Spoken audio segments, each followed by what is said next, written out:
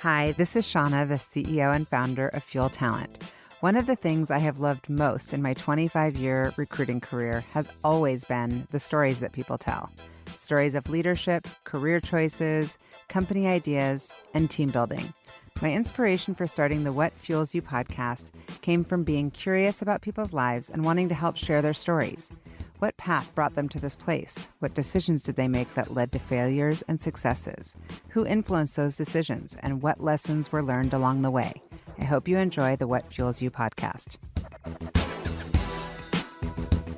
I'm here today on the What Fuels You podcast with Xiao Wang.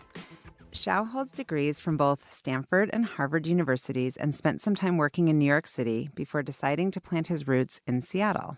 Xiao immigrated to the United States from China when he was just 3 years old. His own family's struggles sparked the idea for his company, Boundless Immigration, which he co-founded in 2017. Boundless has received several awards, including being named a finalist for Fast Company's World-Changing Ideas Award. The company's mission is to empower families to navigate the immigration system more confidently, rapidly, and affordably. Xiao is married, and he is the proud father of a Cocker Spaniel named Charlie, who I'm sure we'll talk about. Welcome, Xiao. Glad to be here, Shauna. I'm so glad that you're here, and I'm so grateful to Greg Gottesman, big shout out, for introducing us. I've been following you for a while, and your story's so motivating and timely. So I'm excited to get to know you better. We're going to start with rapid fire. You ready? All right. Bring it. Let's do it. Okay. What is your favorite TV show? I am failing miserably You can at admit. rapid I can fire. tell it's like Shaws of Sunset or something. Reality TV. You don't have to say something brilliant. Recently, it's Stranger Things because I didn't grow up in the U.S. during this time, and I have what is known as an immigap. Oh. Where a lot of immigrants share, there is a probably 10 to 15 year gap in pop culture. Oh, interesting. Because you were never exposed to it as a child. Like the 80s. Because you were doing math and piano. And so it's fascinating seeing America of that era when I technically lived during there, but I was not exposed to it at all. I started to watch it and I couldn't get into it. But yeah, my husband loves that show. Okay, so given that you're badass triathlete, bike, swim, or run? Run, for sure. Are you more like your mom or your dad? Dad. Okay, we'll talk about that. What Chinese food traditional Chinese food is your favorite? There's this salty duck that is the most famous dish from my hometown that you can't get anywhere else. What's the hometown? Nanjing. Oh, nice. And so is it fried? No, it's cold. And it's just... Do you know how to make it? No. Does Lisa know how to make it? No. It doesn't travel out of that one town. Oh, so that's your favorite. And do you get back there often? I used to when my parents lived in China, and I had more grandparents that were alive. I haven't been back in a couple of years. Yeah. I have so many questions for you. Okay. So you were in China. Your parents are from China, and you were there till you were 3. And then your parents moved here to give you, I'm assuming, a better life. Were they kind of the ones that got out, or did a lot of the relatives leave? No, they were the only ones. In fact, it was only my mother was allowed to leave, and essentially my father and I were held back as, you can call it like collateral. Collateral, yeah. And then through a variety of connections and begs and borrows and, whatever else needed to happen, my dad was allowed to leave and join my mother in the U.S. Mm-hmm. And then eventually I was allowed to leave. So all of this happened with them hoping that they could create a better life for me. Mm-hmm. Are you an only child? Yes, one child policy in China. So everyone's only child. So I didn't even in my mind, I'm thinking of my American friends. So you're the one child, and what did your parents hope for you, or did they tell you that when you kind of came over? Like, hey, we're making these sacrifices, and this is what we want for you. They never put any guilt or burden on me, which is to their credit.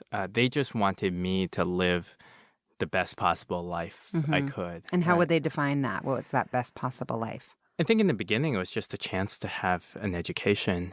During the Cultural Revolution, so my mother was in the 7th grade, my dad was in the 5th grade, they closed all the schools. So literally, my parents never got a chance to go to middle school, high school, college. Mm-hmm.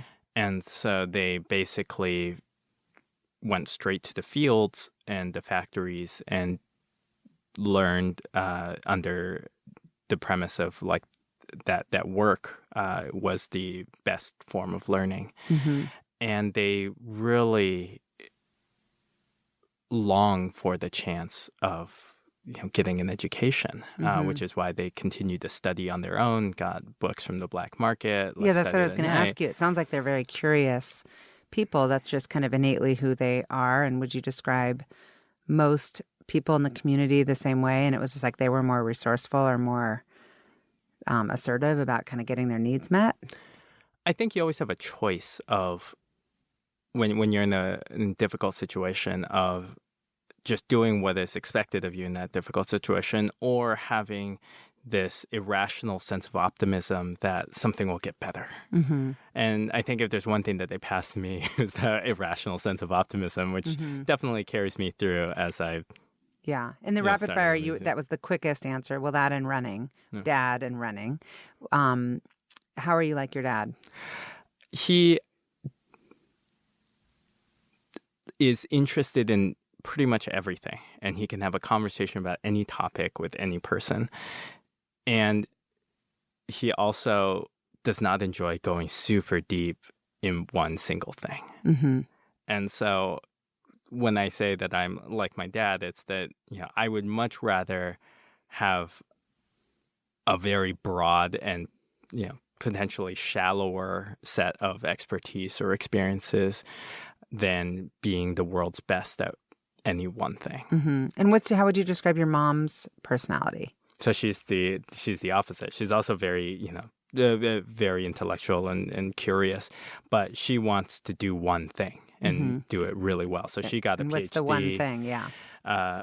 It's changed over time, but it started in power systems control, right? So it's like literally, how do you run a power plant and like do the various how does a grid work? Later on, she moved into like what we would call now big data, but at the time is is really around business intelligence and like how do you look at databases, how do you structure information so that people can actually make decisions around them. So they got here, they had worked in factories and in fields, and so they got here, and what was their career trajectory like? So they after their factories and fields, what they ended up doing is they tested into the equivalent as the U.S. like GRE, and was able to go straight into grad school in China when the schools opened back up. And so they went, and it still boggles my mind that my father went from 5th grade to a master's program, right, on his own. It boggles my mind also. And so they studied engineering in China and then worked in labs over there. And then when they came to the U.S., my mother got a PhD in electrical engineering, and my father did a master in computer science and also in electrical. And have they found their own individual success here? They achieved everything. By their definition, right? I guess. They achieved everything that they could have hoped for in the U.S., meaning that we were after the first couple of years, we were never concerned that we wouldn't have food to eat, that we wouldn't have a roof over our heads. They were able to support me in doing these crazy things American kids did, like T-ball and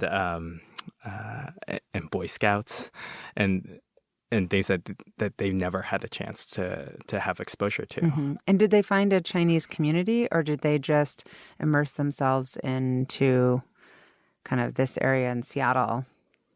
What was that community like when you grew up? It wasn't as deep as other children's upbringings that I met later on in life who are Chinese. Their optimization function was, hey, where can we find a great public school system so that I could have the opportunities that I wanted to, not where can they find people who are like them that they can build that community. What's interesting is now that they're retired, they now have a much more vibrant Chinese community and network and people they see regularly and go on trips with. So it's good that they eventually found that. Yeah. And where did you learn all about kind of the history of China? You weren't raised there, but your family's there. Are there things that you've learned just through talking to family members, or do you read a lot about the world and about history? I had the chance to spend a significant number of my summers back in my hometown growing up. And so given that my parents were the only ones who left the country or were allowed to leave the country, the rest of my entire extended family, grandparents, aunts, cousins. So in China, because of the one-child policy, your first cousins are treated as your siblings because no one had siblings. So how many did you have? I had 5 on my dad's side and then 2 on my mom's side. Mm-hmm. And so, I got a lot of exposure that way. And then later on, I developed an interest in trying to understand a lot of these problems better, and including spending a summer in really rural parts of China, like trying to understand their education system and working with local government officials. Mm-hmm. So it's something that I've always viewed deeply as a part of who I am. Mm-hmm. And I think that especially moving forward as the world coalesces around a couple of cultures and a couple of large, powerful countries or quasi organizations, that having that understanding of what's going on in China is going to be more and more important. Oh, for sure. And we're going to get into obviously Boundless and how that all started. But I read about and know that your parents had a expensive and kind of cumbersome immigration process. Did you know that it was that at the time? I mean, you were so little. I did not know. Did that come up, though, in your childhood? Like being immigrants, did that come up for them? The uncertainty of being an immigrant was always a part of our life until we naturalized. Thankfully, they shielded me in the beginning of the financial trade-offs that they had to make sure that they could find a lawyer, pay a lawyer, and get us our green cards. I later on helped them through the naturalization process and understanding U.S. government and civics and in my mind growing up, that was like an exciting challenge and transition. For them, it was something that was deeply emotional. Oh, of course. And what surprised you most as you started to dig deeper and learn more as you were helping them? It was the fact that what it means to be an American, right? They loved all of these ideals that America has around education, around opportunity. We are very much the beneficiaries of this concept called the American Dream, which unfortunately is getting harder and harder for many families to be able to reach.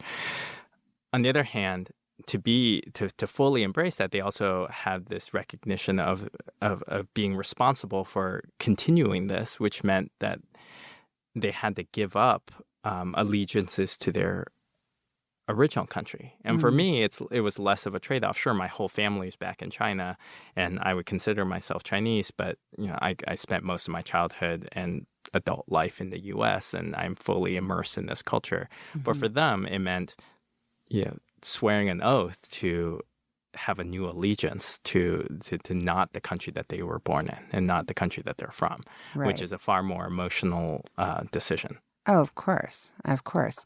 And so this concept of, I heard your commencement speech, which was amazing at UW Informatics School. And I know that you also gave the keynote at your high school, which is such an honor. And it must have been fun. Were you nervous?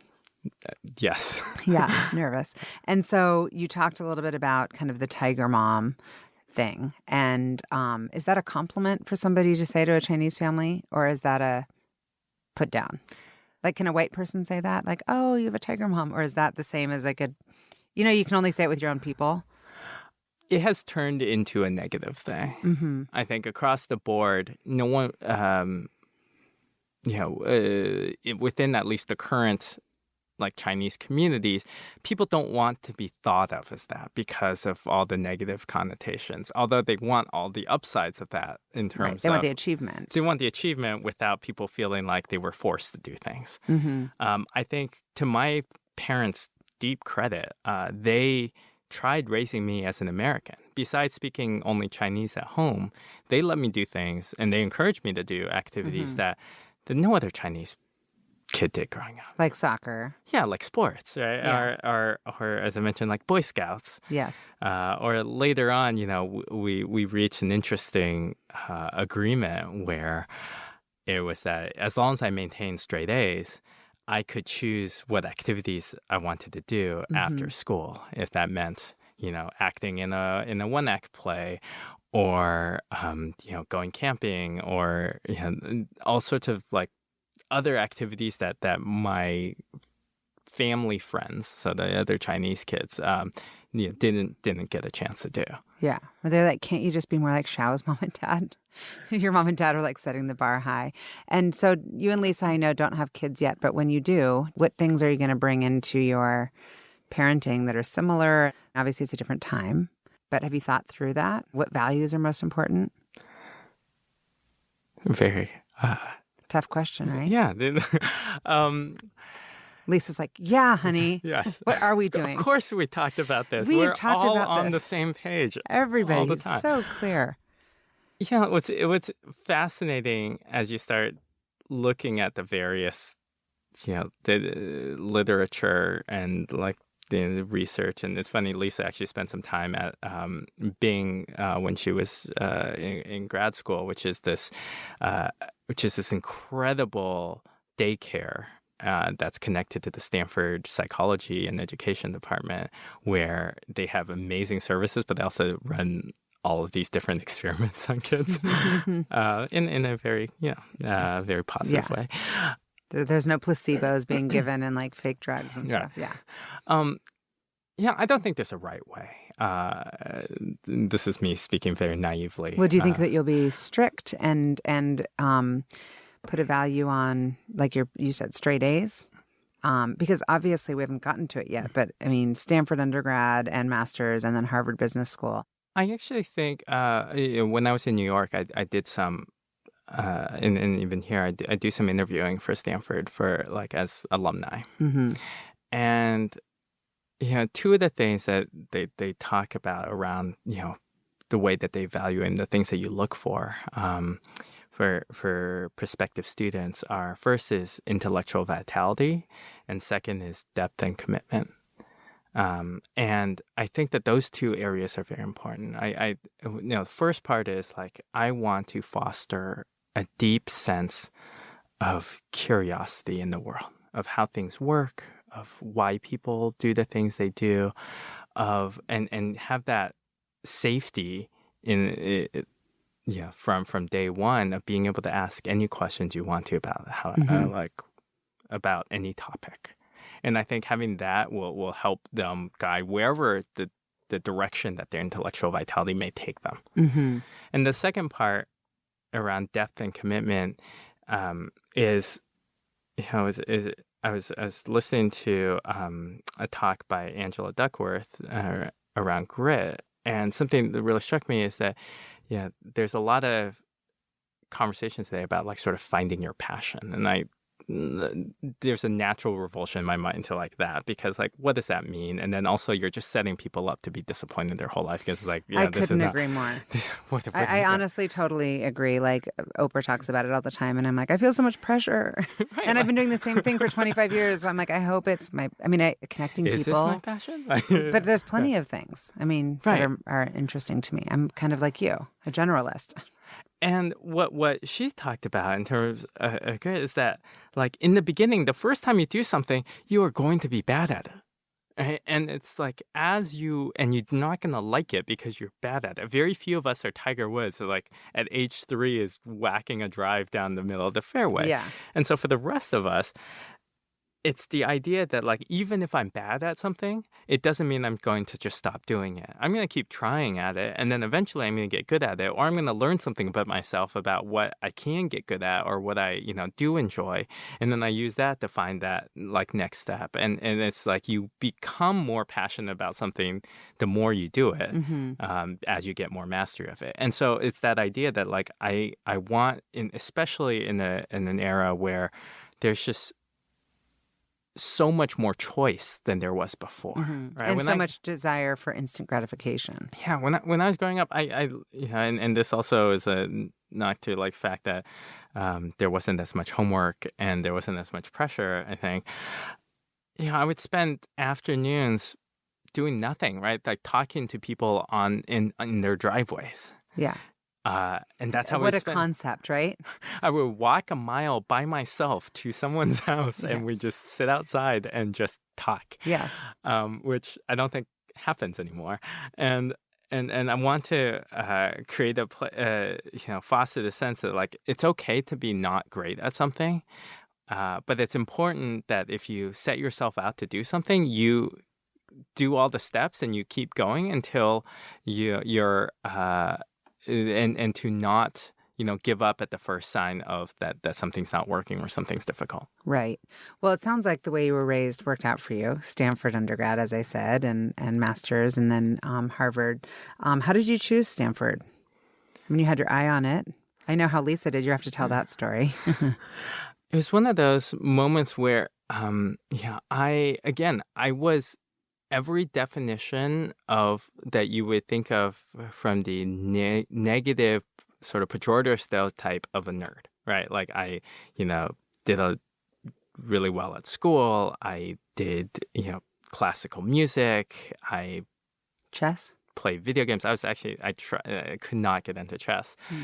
And so I wanted, in hindsight, it's like, just like, what was I thinking? I wanted a school that was good at a lot of things that were not just about the nerdy side. Yeah, about deep intellectual pursuits. Yeah. Well, Stanford's got, you got the Pac-10, you got the sports, you got Silicon Valley right there. Exactly. You got the sun. Although at the time, like now, I think 95% of the kids at Stanford take the intro to CS class. Back then, CS was actually a relatively small major. Yeah.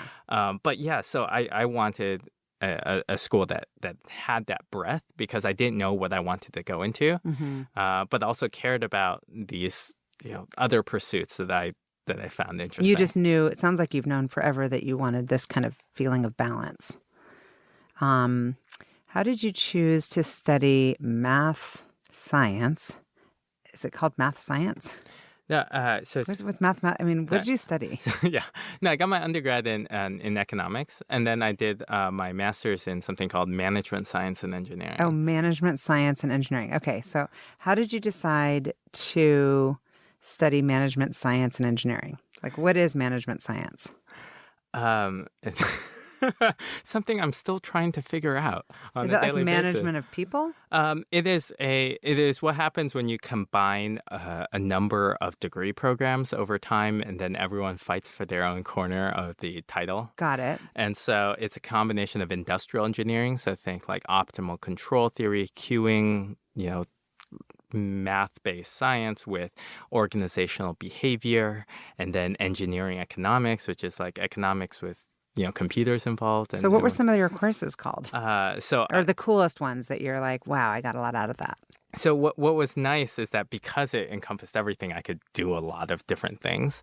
And so it ranged from me being able to take some classes in around entrepreneurship and technology, along with doing things in organizational behavior, which I really enjoyed, and the study of people. Yeah, my husband's got his PhD in organizational psychology. So people was like, what? But that's it's a thing. And then my favorite was, I was there when we started the D School. So this is a design thinking school that was in combination between the college and various departments with IDEO, which is the design thinking consultancy firm. And so it's about solving real world problems. So like one of my favorite classes was Disneyland came in and asked, hey, how do you redesign Disneyland for non-native English speakers? And so I spent the next 2 months going to theme parks with video cameras, like interviewing, trying out, prototyping different signs, different constructs, like ways of trying to understand, hey, what would it be like to bring a family to an amusement park when you didn't understand the signs or any of the languages? And like, how can we make it a better experience? I just had in my mind, I'm picturing us, maybe because we're wearing our podcast headphones, but I'm picturing like how you go to a museum and you just get like, you put on the headphones and they're like, oh, turn left if you want to see Mickey and whatever. Yeah, no, there's a lot of things that we try doing, but it opened my eyes to like, oh, how do we actually think about the user experience in a deep, deep way to, create delight in unexpected places. Yeah. Sounds really, really cool. And then, okay, so right after that, then you decided to move to New York and work for McKinsey. Was that just kind of that's what you do? And why not come back to Seattle? In a regretful answer to that question is, yeah, I think it was what you do. My top two choices actually ended up being either McKinsey in New York, or I had a pretty amazing opportunity at Microsoft, and which it was doubly interesting about Microsoft is that my parents moved to China. And so if I took the job at Microsoft, I would actually have a house already, like my childhood home. I would have a car already. My life would be kind of set. I was going to be making twice as much as I would have at McKinsey.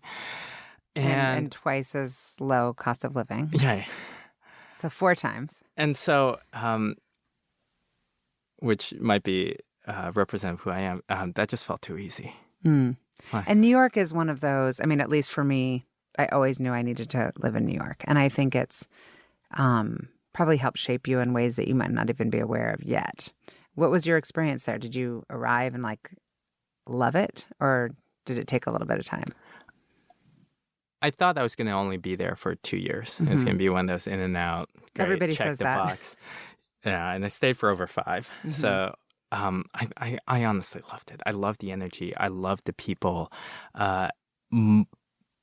Because of what my girlfriend at the time, now wife, did, she was in Teach for America in the South Bronx. I was in consulting and the private equity, and then I joined the Department of Education, and then she joined charter school. Like, we got to intersect with a variety of different pools of people and different schools of thought and different perspectives that to be honest, I wish there were more of in places like Seattle. Oh, for sure. So you were working at McKinsey, and then you decided, was it a necessity for you in your mind to go back and get an MBA? Yeah, I had at that point done my work at Department of Education, leading teams and new initiatives. I worked in private equity, which was a lot of the job that people really wanted after the MBA program. So fundamentally for me, it was it was 2 things. One was that my wife was in education her whole time and wanted to see what was this private sector world that I was part of. And so she went and got her MBA. And then I decided that, I can't let you spend all of our money and have fun by yourself. So I might as well just join the party and go deeper in debt. The same school? No. Oh, yeah, different schools. Yeah, so she was at Dartmouth. Got it. At the time. And then the second part is a very trusted mentor of mine talked about how it was a investment on a 20-year time horizon. So in 5 years, it doesn't make sense. In 10 years, it doesn't make sense. But he's talking about how one of his section mates, so classmates at business school, her child got this rare cancer and she realized that there was no research for this variant of the disease, and so decided to start a foundation for it and just sent a note out to the other 90 people in her class. And within 2 weeks, they had raised, double-digit millions for research, set up a whole foundation, set up a board. And for the first time, there's potential hope that something can be found for this. So the mentor disease was talking about the network. And so, so the idea is that, you don't know what's going to happen, but the types of relationships and the types of people that you meet over, this 2-year period will potentially, help you be able to solve really, really meaningful challenges down the road. For sure. And so you mentioned mentor. Do you have several mentors? And is that a formal thing? And also, do you mentor others? Yeah, it's I have been extraordinarily this word's used a lot, which don't is say privilege. lucky. Right? No, I've been I think everyone is lucky at different points in time, and it's about like being able to recognize that and take advantage of it. They say lucky people see themselves as lucky. Interesting. Does that make sense? I completely believe that. Like if you think you're lucky, then luck finds you because you go into life with an open heart and an open mind and a curiosity about people. So you have these mentors that otherwise, some other people may have just passed on because they wouldn't have been open to the idea of extending themselves to the person. True. I do think that there's value in recognizing how big of a role luck plays in your life in terms of removing the idea that like all of your accomplishments are because of you. And then you start thinking about, okay, well, where are times where other people have not had as much luck, and where like how can we, create those opportunities for others.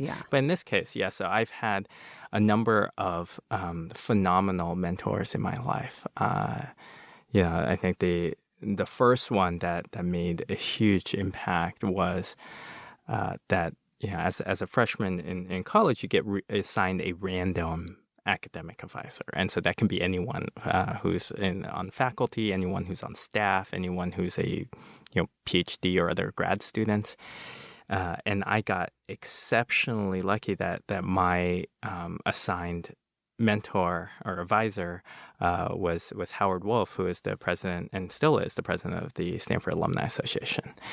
And what he has been able to do for me, and we've kept a great relationship this whole time, and he's been to my wedding, like, we still meet up every chance we can, is by being a sounding board for whatever are the open questions or thoughts in my mind. And then due to his network of relationships, be able to find me someone who can engage me on that issue at a much deeper level. So in this case, it was, when I was thinking about, what I wanted to do after college, he introduced me to someone who was at McKinsey and was like, this is what you get to learn. And, this is why it's the best 2-year investment you can make in your career. When, I was thinking about, leaving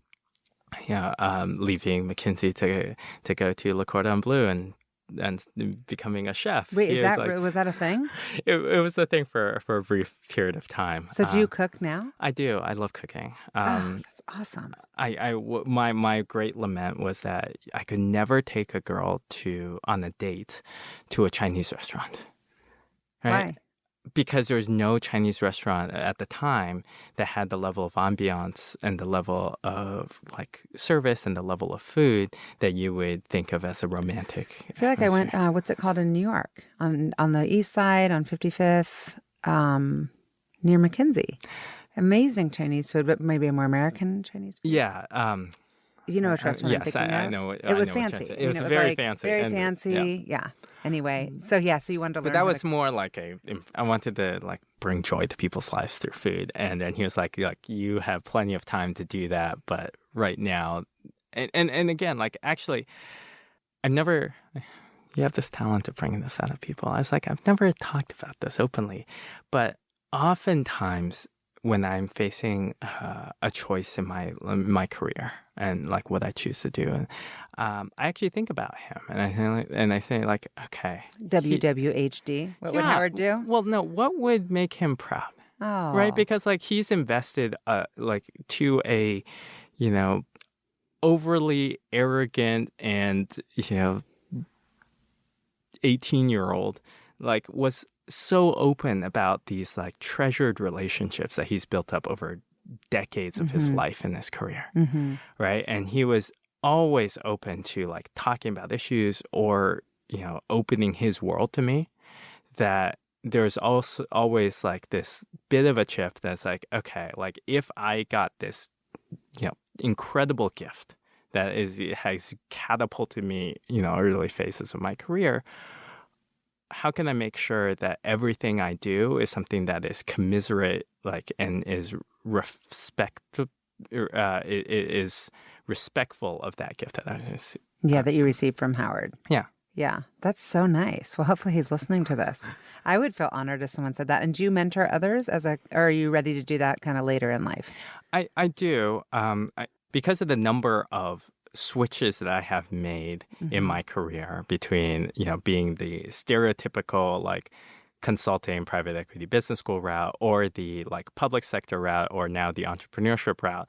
I have my mentees tend to be in one of these like segments. Yeah.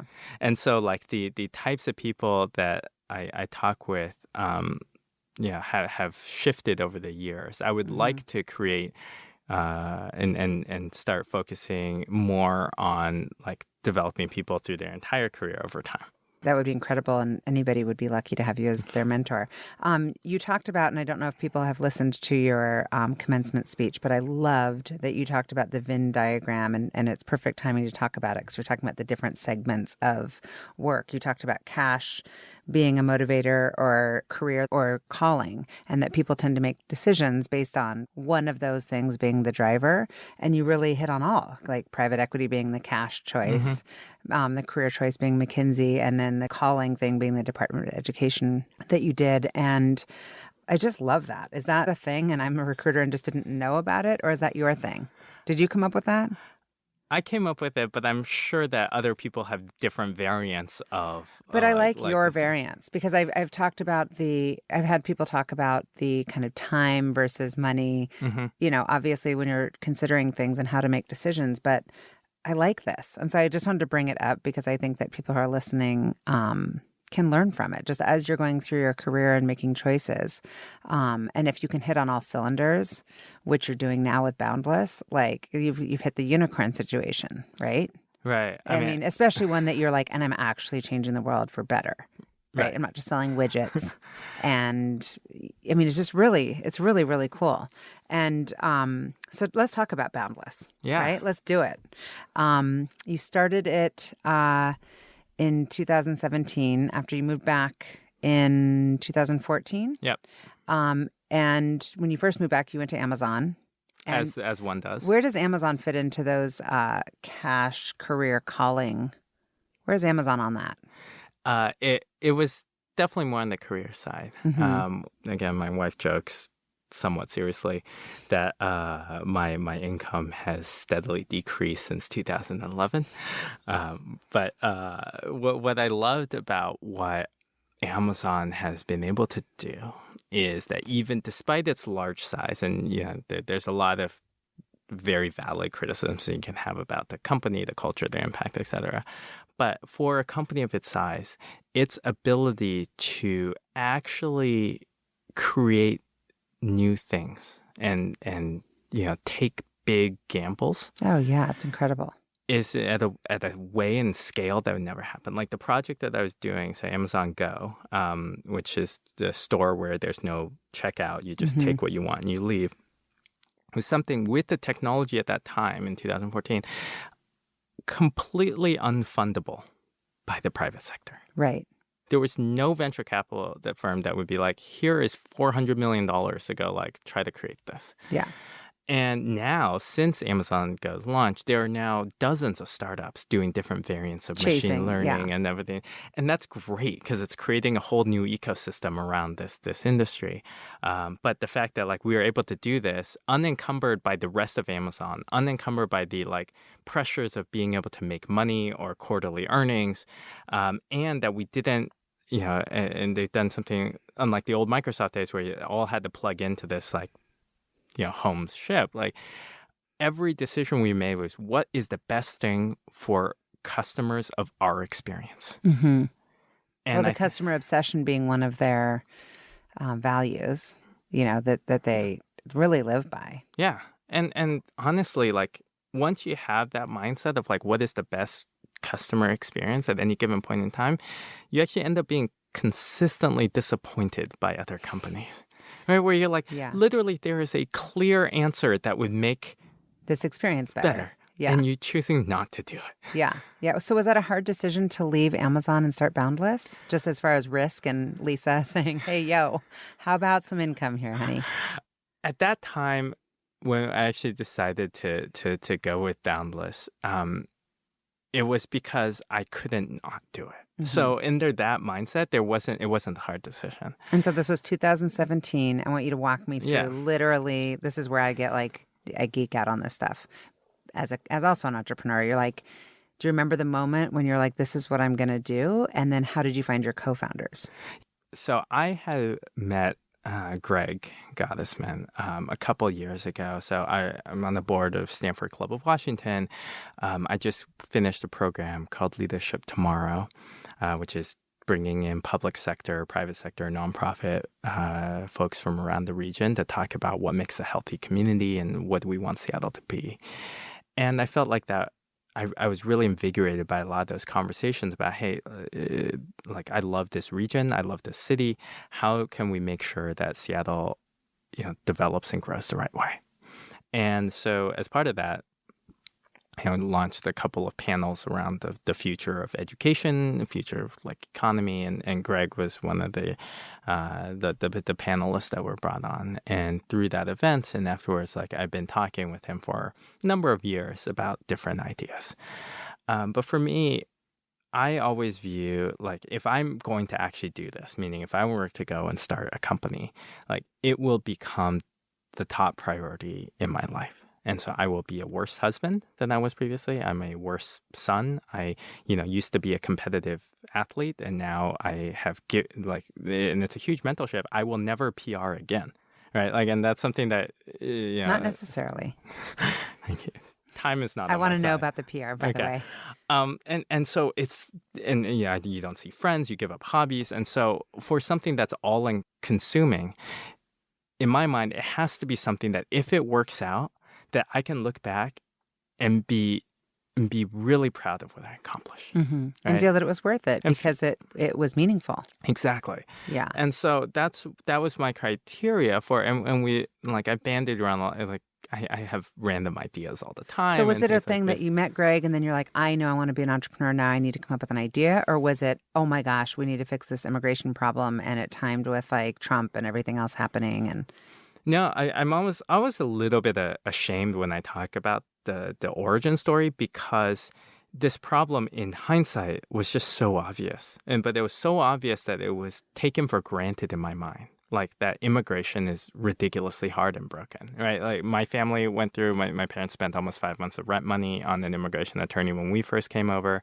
You get a group of immigrants together and you talk about the immigration process, and it turns into an oppression Olympics of sorts where the person who's worse. Yeah, exactly. Yeah, the person who gets the top worse score? gets Yeah. like gets Well, you got your story. Wait till you hear my story. Yeah. No, I get it. It never crossed my mind that there could be something different about it until I met someone in Seattle who spent 5 digits on their immigration attorney and had a terrible experience, and that after talking to immigration attorney, like this particular one, they said that I just looked at talked to them for like half an hour, handed over my paralegals, and then like signed off at the end. And I was like, wait a second, like that was $10,000 of work? Yeah, I don't think so. And this isn't a knock against immigration attorneys. There's some fantastic ones out there that do great work, but like the fundamental structure that here's an industry that people are terrified and lack any information in, and the only people who have information are charging $500 an hour, felt like exactly the kind of problems that like technology is meant to solve, right? 100%. But so how did you come up? So then what? How did you come up with it? So what ended up happening, so it's late 2016, and I was, doing my day job at Amazon, and then spending my evenings like taking a Lime bike down to Pioneer Square to like Pioneer Square Labs, which Greg co-founded, and then working with the team there about like what are some different ways that we can tackle this, who do we need to talk to, and I spent a number of months just interviewing people and talking to people and trying to like families, immigration lawyers, government policy experts, until it got to a point where it was just utterly so obvious in my mind, not to say that it was going to be easy, but that this needed to be fixed. Mm-hmm. And so I ended up taking some PTO time from work to do this as my full-time job. Mm-hmm. And then out of it decided that like this is what I wanted to dedicate my life to. Mm-hmm. And then what's the next step as far as finding co-founders? So this is where I benefited greatly from the PSL model. And I talk about how like this is, I'm at least a year and a half, if not more, faster than I would be on my own, is that through their network, once the flag was put up, like, hey, we're trying to solve immigration, all sorts of interesting connections were made. So, first co-founder is Doug Rand. He was an introduction from one of the investors for PSL, Brad Feld, who also later on Foundry, Yeah. who led our Series A eventually, who was this guy worked in the Obama administration, their White House, and led immigration reform efforts. At that time, Brad was just like, hey, you're working on immigration, you should talk to Doug. Yeah. And so we started talking, and we started talking more and more. And then over time, this was someone who was not part of my network and I would have never encountered, but had such deep wealth of knowledge and experience about what's going on in DC and what's happening from a policy standpoint. That's an awesome co-founder. Good job. And then another was, Sardar is my CTO, who is from Turkey, worked at both large and small companies, and was really trying to also find like something meaningful to create, and was also part of this PSL network. And again, like with everything, it's takes multiple meetings, multiple dates, and then you realize that we're doing this. We're thinking about problems the same way. We're thinking about building product the same way, and we're doing this. And I'm extraordinarily grateful and thankful even now, that people are willing to take a chance. Yeah, right? It's like a big deal to like. Yeah, and so you raised $11.3 million to date. That's what I read. Is that right? I love all these other podcast hosts that never get anything right, and it seems to work. But I've tried to actually get these things right. No, that's right. Got it. And so what's been the biggest surprise to you and the biggest challenge as far as being an entrepreneur? So I'm very open to my team about the fact that this is my first rodeo, right? Like I've come in at more of a board level when I was in private equity and got to order people around, but wasn't directly responsible for actually doing the work. And now you had a lot of money coming in. We had a lot of money, and I had a stable job. And then also and now we're at the point where this is the largest organization I've ever run. How many people do you have now? So we have 35 now. Wow. And so you're not in PSL anymore. No. You've gone out on your own. We're in our third office space now. Nice. Going to be exploding here. Yeah. And so it's interesting. It's not like one thing, right, that you learn. Like in my mind, I have a specific way that I can solve problems. Give me something that's I can try to do the analytical thinking. I can process things. I can try to come up with the right answer. But building a company is fascinating. Right? And is the people side the hardest? How do I motivate people and pick people and being able to simultaneously, the first thing is around being comfortable with bringing on people who are way better than you at what they do. And it may sound like the easiest thing in the world. Of course, I want to hire someone who's better than me. But in reality, it's hard to properly not only evaluate these people because you're not an expert at it, but also to actually feel comfortable giving away your Legos, as the saying goes, when you think of it as your baby, right? When you have a way that you want to do things, and it's are you comfortable, and when Like, how do you not micromanage? to actually let people do their jobs. Yeah. Is that one of your flaws, do you think? Are you a micromanager? I think in the beginning, one of the someone recommended I read this book called "What Got You Here Won't Get You There," which is a great book for high achieving ICs who are entering in leadership positions. And I realized that one of my biggest flaws is around adding too much value. So in every conversation, every decision I was in, I felt like for me to be able to justify why I was there, I had to make some suggestion or make some improvement or you had to have a wow moment that they would leave better. Yeah. And what is like, sure, in some cases I may have helped people reach a 5% better answer, but I have taken away 50% of their ownership and empowerment and creativity. And so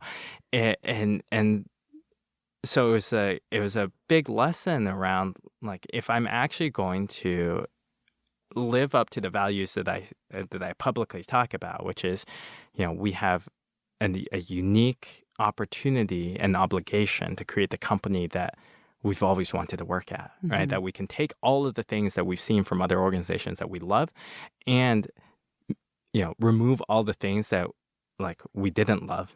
So what are the company values? Someone asked me once, and I'm like, uh-oh. I couldn't remember. We had 6, and I couldn't remember the 6th. Isn't this your company? Exactly. It was a nightmare. I was like, I was on a panel. Anyway. And so for our values, we have 4 of them right now, and we will continue to revisit them every year. And so I think as the company grows, how we define them and what matters change. So the first one is around immigrants first. So there's so many trade-offs that people have made, and that fundamentally we need to make sure that when families come to us, they leave in a far better place. Understanding the process or actually getting approved. Yeah. Right. And then mention publicly that I'm exceptionally proud of our 100% approval rate. I love that. I read that. 90 plus NPS score. People, I mean, to be fair, the bar is low, and no one's ever had a positive immigration experience before. Yeah. Do you have any competitors? Fundamentally, there are some technology players, but we're outpacing all of them. Fundamentally, the competitors are the original ways of doing things. So we're creating a new my you're disrupting. I prefer not to use that word. You're innovating. We're creating a new service category, as my head of design would say. This is you're used to going into a mahogany desk or a mahogany-clad office, someone in a suit in front of you, give them all your information, and then they come back and take care of it for you. And we're saying, hey, you can do this without ever seeing anyone, and do it really well. And so it's fundamentally about changing people's perspective. So think of it doing taxes 15 years ago, right? My dad would go to the library, we get the giant new tax booklet, go to the photocopier, photocopy different pages, and try to understand this thing. Or you go to a CPA. No one ever thought, I can just put stuff in the software program. Yeah. So the first one is really about everything we're doing is for these families, and how can we make sure that they are in the best position they can. So immigrants first. Second one is around ownership, and I think every problem that we've ever had as a company, or every project that didn't go quite smoothly, is because there wasn't clear ownership over who gets to make the decisions, what are we trying to do, and how important this is for you. So, and I think that the idea is that people can do amazing things when they feel like they have the empowerment and the flexibility and freedom to do the things that that we hired them to do. And so much of what companies do from a policy standpoint, from everything else, is about trying to prevent the bad things from happening, when in reality it's you're hiring great people and you're trying to make them do great, you're trying Maybe the good things can actually happen, right? You're trying to let them do the great work that you hired them to do. Yeah. The third is around strive. And this is an idea that, and it's probably built out of my own upbringing, around always looking to be the best version of yourself. And so that is a level of self-awareness of when things fall short or where like things could be better, combined with a inner like intrinsic desire to do things better the next time. And so we talk about making mistakes all the time, right? Every year since our startup, like we fail every day at different things. But what will help us overcome any of these challenges and be wildly successful down the road is if we can take the moment to recognize those areas and gaps and have the motivation to be better at it the next time. I like that. It's reminding me of you, the triathlete. What is your PR? You did an Ironman, right? I did an Ironman. So I did my Ironman PR is 9:37. Oh my gosh! It was the hardest day of my life. Well, of course. Was it the Hawaii? Did you do Hawaii? I did do Hawaii. That was more of a victory lap. The first one was in Texas, and that was my first Ironman. And I had the implicit goal of making Hawaii. So I had friends there, family there. And, what ended up happening was I knew that like the top 3 people in my age group would make it to the championships. And I was in, the 4th position with a couple miles to go. And I was like a minute behind. And, I just was fighting with my body the whole time, where like if I push too hard, my legs would cramp. And so, but then my I just wanted your strive, your mind.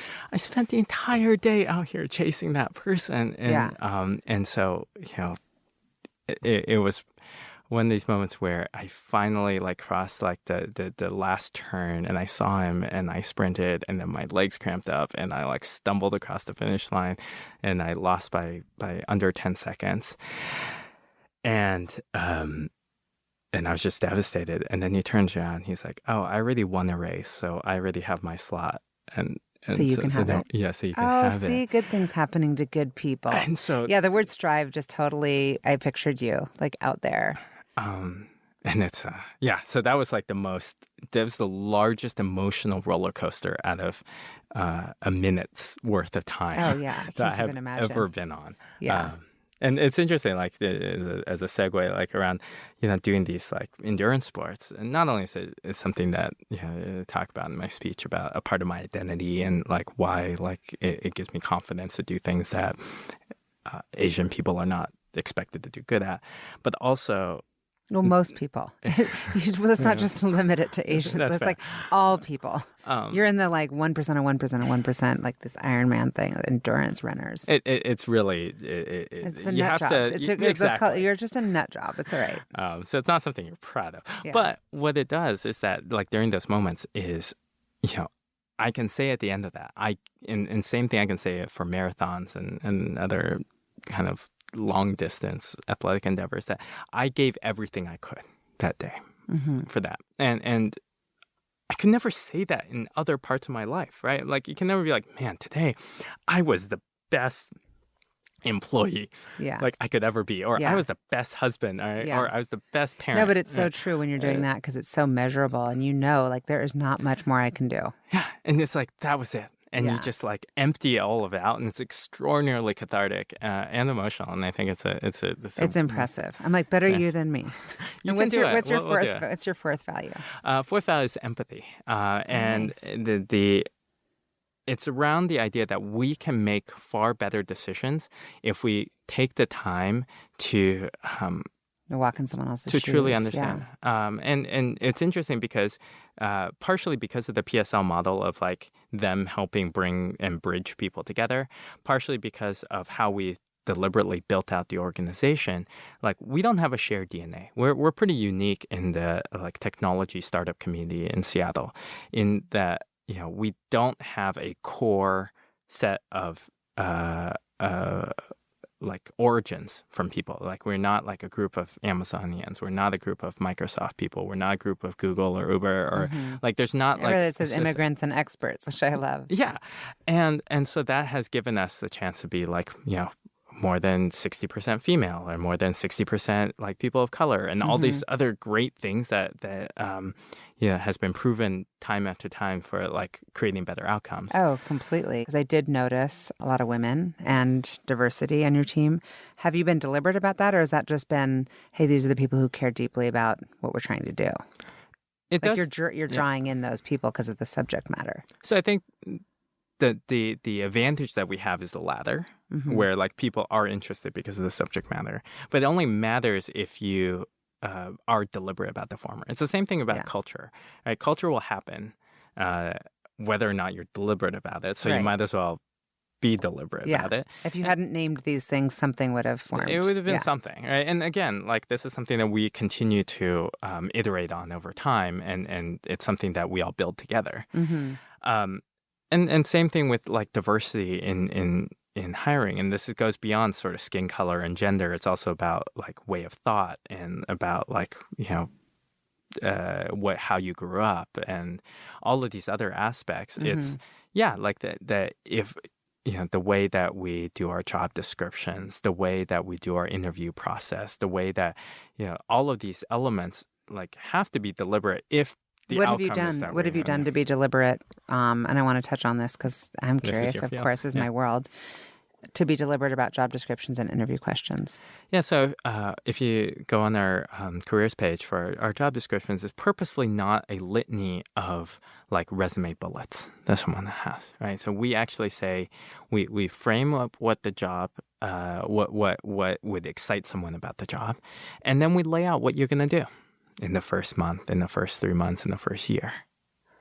And like it's those sort of activities and outcomes and like that and the way that we frame that actually attracts a lot more people rather than the way that's done traditionally, which I would argue that, as it's fun. I was literally at a wedding where I had this conversation with someone where, there was a job posting for this position that a friend of mine really wanted, and she was like, "Oh, but it like says you need like 8 years of experience." I knew you were going to say she, because women do that too. You know that all the statistics say women feel like they have to have done it before they can apply, and men just are like, "Oh, whatever, I'll just BS my way through." And the other guy was like, "What do you mean? Of course, like of you have like 4 years, you're fine." Right? But people do apply to jobs that they're not qualified for. As a recruiter, I can tell you. Yeah.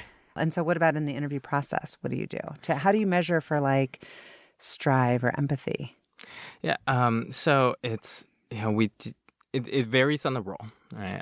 But a big part of our interview process is there's always some sort of way that they can demonstrate their function in a non like time bound in front of other people method, right? So we don't do any sort of whiteboard coding. We don't do like real time activities, but there's a chance for someone to showcase their work on their own time in a way that they can process, whether that's various different types of assignments or like questions or different elements, so that you can actually see how they think in a less pressure filled like environment. Well, some people are just incredible at coding, but they're just terrible at whiteboarding. Right. Or we have candidates all the time that like this company passes quickly and the next company, one of their competitors picks them up just as quickly. Yeah. And it's hard we haven't figured that one out. If we had, I'd be on the beach retired.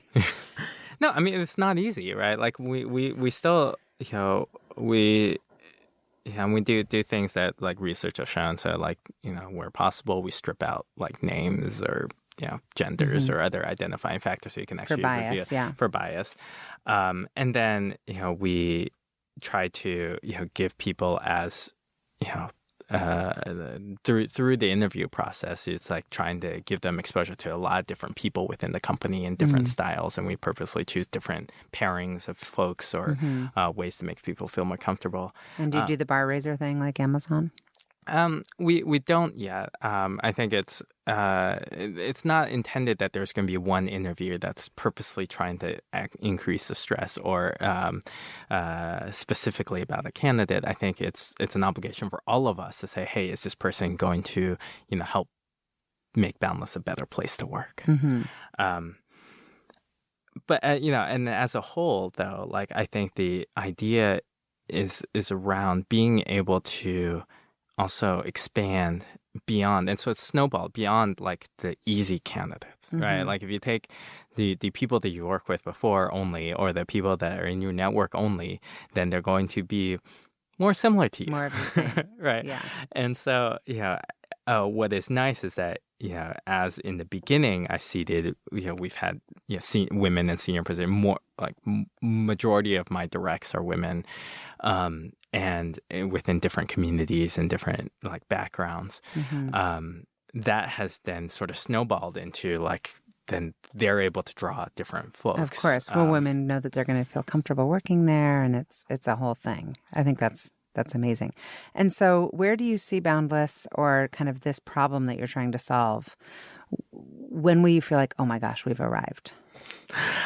Like, is there a definition of that? I don't think that there will ever be a day where you feel like, man, mission accomplished. Right?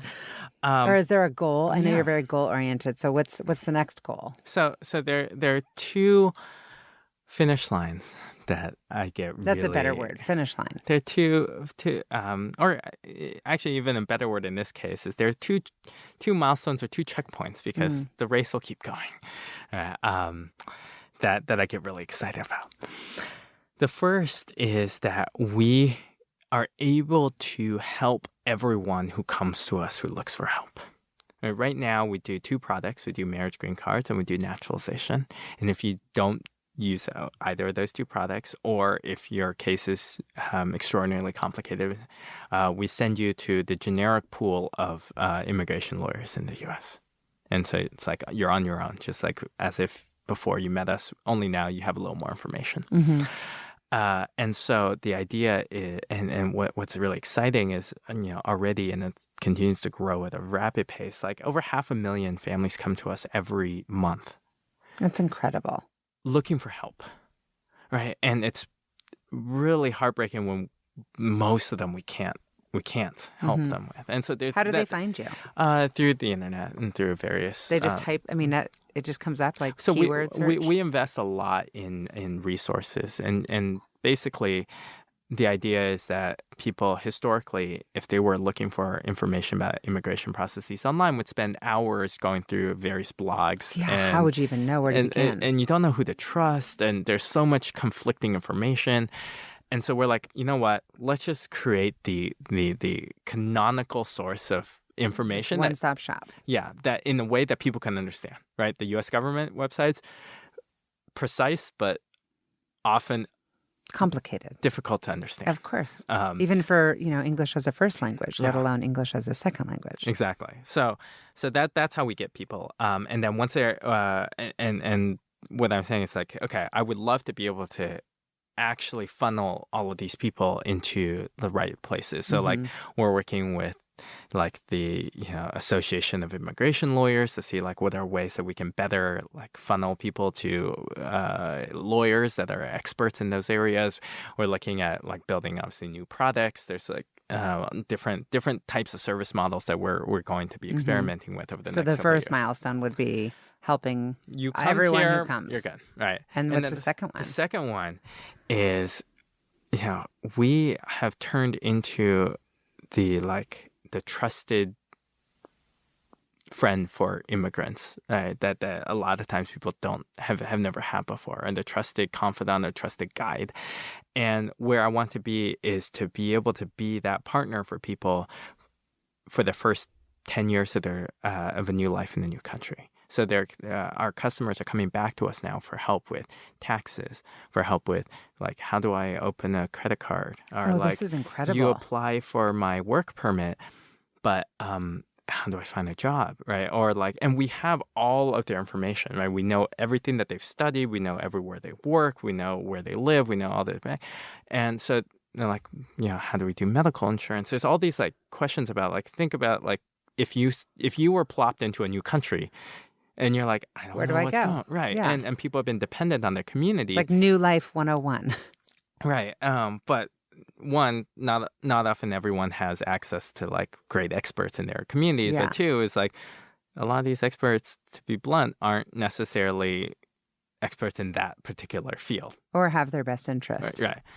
And so like that's the next one. It's like, yeah, like we help you with your immigration paperwork. Great. We got you through this huge initial massive hurdle. Now, like, how can we help you live the best life that you want? The same way that, like, I'm creating Boundless to like help people be able to have be able to do their best work, right? And be as a place where people can really thrive at from an employment perspective. Like, what I want our products and services to be is to help people be able to truly thrive from a life perspective. I love it. Oh my gosh. I feel super inspired and I cannot wait to watch you continue to kill it and grow. And I feel lucky that you're in Seattle and in this community. My final question, and I ask everyone, is what fuels you? What ultimately fuels you? I think I'm going to guess, but kind of in a legacy type of way.